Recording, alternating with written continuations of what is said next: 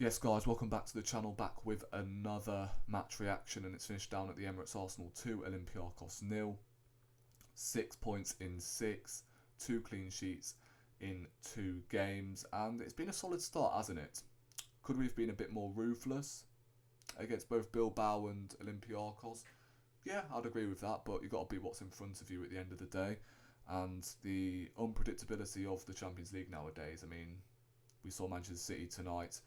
They dropped points to Monaco, so it can happen. Luckily, it wasn't us tonight at home against Olympiacos.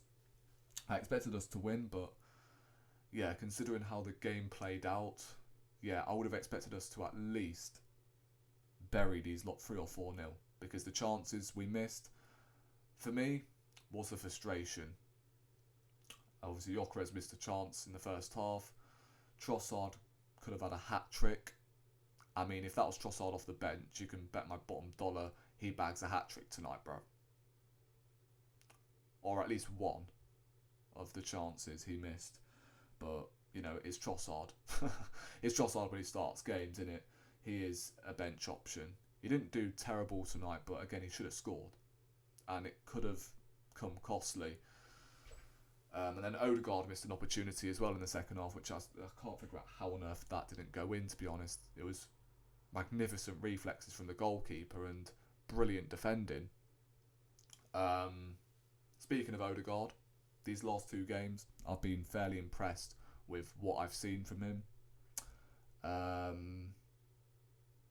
Against Newcastle, came off the bench with, I think it was 20 minutes left. We were 1-0 down, and he pretty much inspired the comeback, didn't he? I mean, got the assist for the Gabriel goal, didn't he? And tonight he started, and he was absolutely unplayable. And you can start to see that ØDEGAARD and Gyökeres link up is starting to flourish. I mean, the ball he played to unleash Gyökeres for the first goal was exquisite.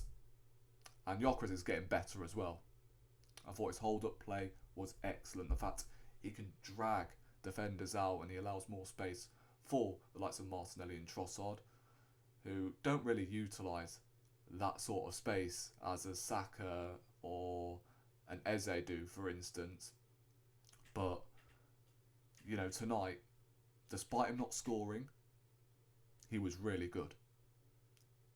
And trust me, the goals will come with Gyökeres, and he's got, I would say, games that are rather suitable for him where he can get himself going again. He'll be disappointed, of course, that he's not scored again, but again, that will come. And he was really good with his hold-up play. His second half wasn't great, but his overall performance, I thought, as I said, his hold-up play was really good. And again, we are starting to adapt to his playing style a little bit, and I think ØDEGAARD has as well. Clocked Gyökeres' runs, and he's starting to pick him out a lot more, which is what we want to see, and that's exactly how we should be utilising Gyökeres. But ØDEGAARD was magnificent tonight, and that's exactly what I want to see on a more consistent basis. Hopefully at the weekend we see him and Eze together in the midfield, and we see Rice in the 6. That's what I want to see. I don't really want to see Rice and Zubamendi as the 2 6s, because again, like, we're playing West Ham here, who are dog shit. Yes, they've got a new manager, but we're better than West Ham as well. So we should be dispatching West Ham by at least 3 or 4 goals, especially when they can't defend crosses either. So yeah, we've got to be using that as a strength of ours, because of course, you know, set pieces, they've not been defending them left, right and centre. And hopefully that Gabriel injury is not serious, because he is pivotal for the game at the weekend. If we stand any chance of scoring from a set piece, Gabriel is the guy. But again, you shouldn't need set pieces to beat West Ham, because they've been awful this season. Bowen's their only bright spark, really. Other honourable mentions, I thought Lewis Skelly played really well at left back tonight. He should be the starting left back for me.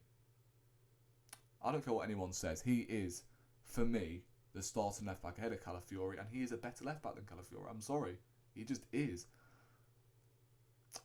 Yes, Calafiori has the freedom to do whatever, and he can go forward, but at the same time he can be very chaotic, and he's just not. He's not a left back in my opinion. He's a centre half, and that's just the way I see it. You don't have to agree, but despite Skelly being a midfielder, he's a better left back than Calafiori. He just is. Feel free to disagree, but I just think Skelly should be the starting left back. And again, I think he's been treated rather harshly as well by this manager. The fact he was putting in these sort of performances last season, and so far this season he's got the Ethan Waneri treatment, which isn't great. Although the situation with Waneri, I mean, he's not getting a look in, is he? He's not even starting games after a couple of sub-appearances against Leeds and Nottingham Forest, which he looked really good. But he's only started against Port Vale, and that's it. I mean, against Olympiacos, right, at home, all due respect to them, this is a game where we could see an Ethan Waneri on the right-hand side, but unfortunately I just don't think he's in that equation anymore. If he's not going to be played as a right winger, then where's he going to be playing for us? Like, he's signed a long-term deal. He's changed his squad number as well. I mean, you look at the players we've got in that 10 position. We've got Odegaard, Eze, Marino's now in front of him. Havertz, I'm sure, is in front of him as well. I mean, it's actually quite worrying, to be honest with you. It won't surprise me if in a year's time he goes out on loan, because he shouldn't be treated like this. He really shouldn't, because when the likes of Saka and Odegaard were injured, he was by far our best attacker, and he's just not getting a look in whatsoever. He just did not come on whatsoever, and I get that you wanted to bring on your killers in Saka and Eze. That's fine. I'm fine with Eze coming on. Saka, though, he got the goal. 17 GA in 19 games in the Champions League. They really said that he couldn't do it in the Champions League.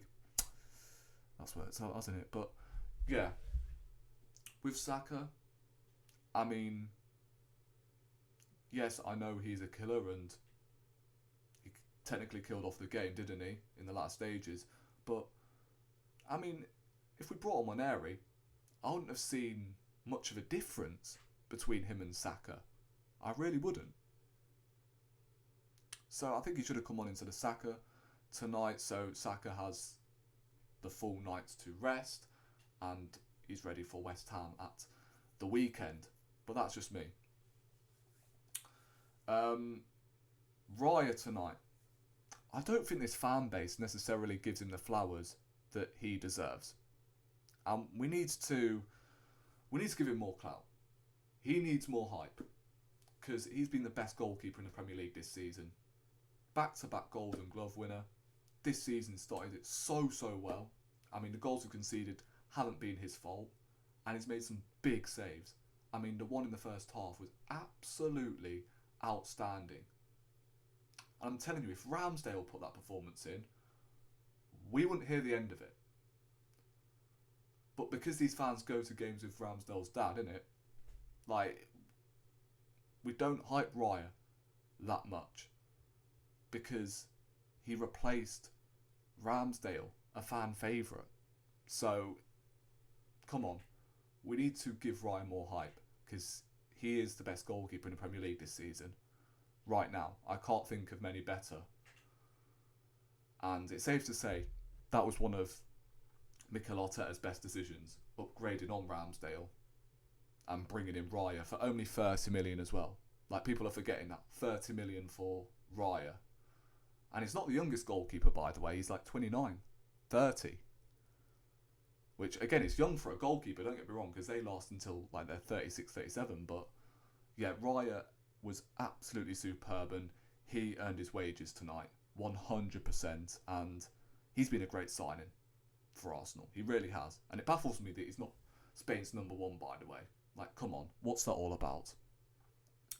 He was, as I said, excellent, and he made some really big saves. And on another day, like, Olympiacos could have scored a couple tonight if it wasn't for Raya, so big up to him. Who else? I mean, apart from that, I don't think many else really impressed me. Saliba in the last 30 minutes, absolutely outstanding, won everything. After a couple of days ago, he obviously signed his new contract. Yeah. I mean, we got to a point where we don't necessarily praise Saliba anymore. We just go, well, typical Saliba performance, isn't it? Because this is what Saliba does. So, yeah. The only negative, apart from, you know, the finishing, was, for me, the Gabriel injury. Hopefully that is nothing serious. Seemed like to me he landed awkwardly from when Raya claimed the ball and he landed on top of him. So hopefully, as I said, it's not serious and he's ready for West Ham at the weekend. But again, we got cover. Mosquera, Calafiori. It won't surprise me if he does go Saliba, Calafiori, and then Skelly at left back. It won't surprise me because we saw it in pre-season, so it could happen at the weekend, which I won't mind, to be honest. This is the beauty of having a squad at the end of the day. If Gabriel gets injured, you've got either Mosquera, and it's a squad, right? We have the ability to rotate. We have the ability to rest players, the likes of Timber, the likes of Rice, Saka, Eze. You should have seen our bench tonight.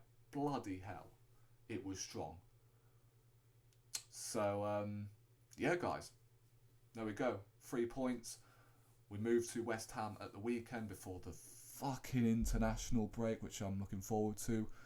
Don't worry, the live shows will be back next week, seeing as the international break is occurring. So there'll be more live shows. I've just been really busy lately with theory and that. So, yeah, I'll be back with the Gunners Corner on Monday next week, so don't you guys worry about that.